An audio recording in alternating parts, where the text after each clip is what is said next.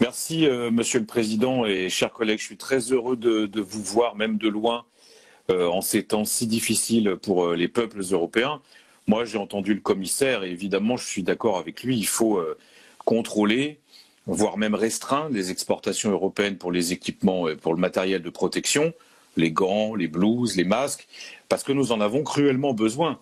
Et ce qu'a révélé cette crise, c'est une situation de tension, mais voire même de pénurie sur un certain nombre de matériel, pénurie qui est quand même curieuse dans un continent aussi riche que l'Europe.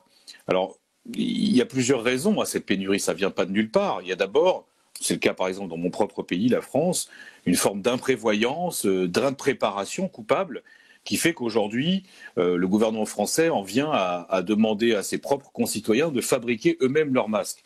Mais cette situation de pénurie, elle est aussi le résultat d'une politique.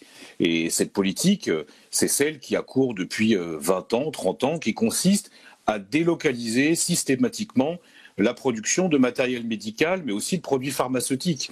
Et moi, je pense que collectivement, quelles que soient nos conceptions politiques, idéologiques, on ne peut pas accepter que l'Europe soit à ce point dépendante pour des produits aussi essentiels de pays tiers. Je pense notamment à l'Asie, ça vient d'être dit sur la Malaisie, mais c'est encore plus vrai pour la Chine.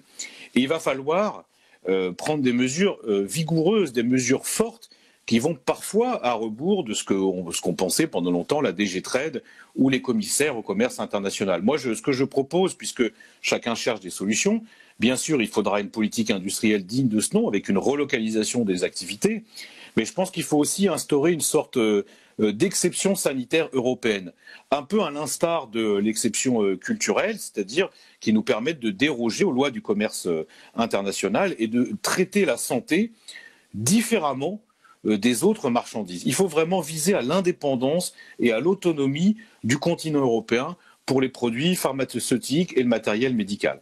Ça n'empêche pas, et là je finis par ça, d'être évidemment solidaire et la lettre des coordinateurs de ce point de vue-là était totalement pertinente. Mais il faut quand même songer à l'indépendance européenne dans ces domaines si importants. C'est ce qu'attendent de nous les citoyennes et les citoyens. Merci à vous.